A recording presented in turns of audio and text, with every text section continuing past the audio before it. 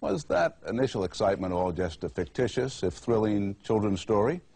Or is the next chapter for Steve Jobs likely to be his gaudiest? What should we expect next from Pixar? Well, you know, Toy Story has really exceeded our expectations. It's about $180 million right now, I think, at domestic box office. It's being released internationally as we speak.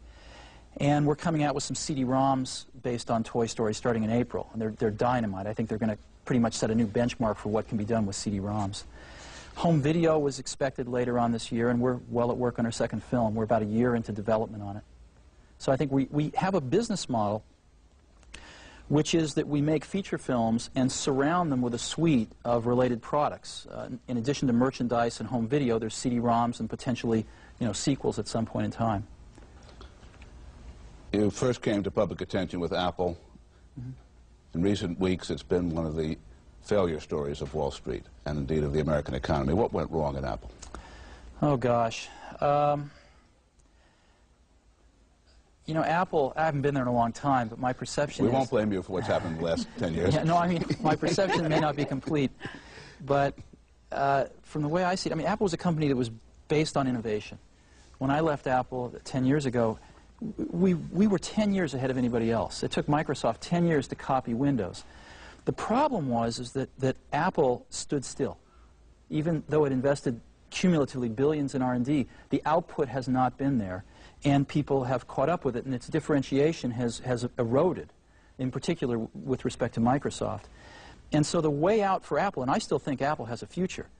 There's some awfully good people there, and there's a tremendous brand loyalty to that company. I think the way out is not to slash and burn, it's to innovate. That's how Apple got to its glory, and I think that's how Apple could return to it. Next, which is your private venture, specializes in what's called object-based software. Could you explain that to someone who's not a computer nerd? Sure. The way that most people still build software today, they build, everything's custom, really. Everything's built by hand and everything's custom. And there's no ability to reuse software that you had written prior or that somebody else had written. And objects are a way to basically allow people to reuse software an order of magnitude or two more efficiently than they can today. It's sort of the industrial revolution of software. Is this on a grander scale the equivalent of calling up a macro on the computer? It's even much beyond that. It's sort of interchangeable parts, much like the industrial revolution brought to the manufacturing of hard goods. You have talked about Apple somewhat gently.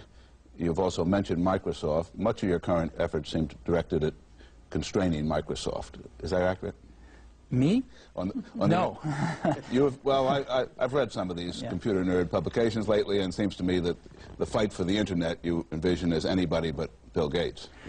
Well, I think there's a lot of people working on stuff for the Internet, and Next is one of those companies as well. And for me, the most exciting thing, you know, in the software area is the Internet, and part of the reason for that is no one owns it. It's a free-for-all. It's much like the early days of the personal computer. And the rate of innovation is very high. And we know from experience now that if any one company gets a dominant position in it, no matter who that is, the rate of innovation is going to drop precipitously. And we'd like to not see that happen forever, or at least for quite some time. I assume as a good entrepreneur you want the market to limit him, not the government. Is that correct? Yeah, I don't get into that so much. I think I admire Microsoft for their achievements. And I think, though, that the net may be something that is, you know, we're going to see innovation contain them. And I'm hoping that's the case. I wonder if Steve Jobs is relaxing on this holiday weekend or figuring out how to make his next trillion. I guess it's tough at the top, but it can be beautiful, too. Last Christmas, we gave our viewers a sneak advance peek at some items from the most publicized auction in history, Sotheby's sale of Jacqueline Kennedy Onassis's property. The CEO of Sotheby's, D.D. Brooks, brought down some special treasures for your eyes only.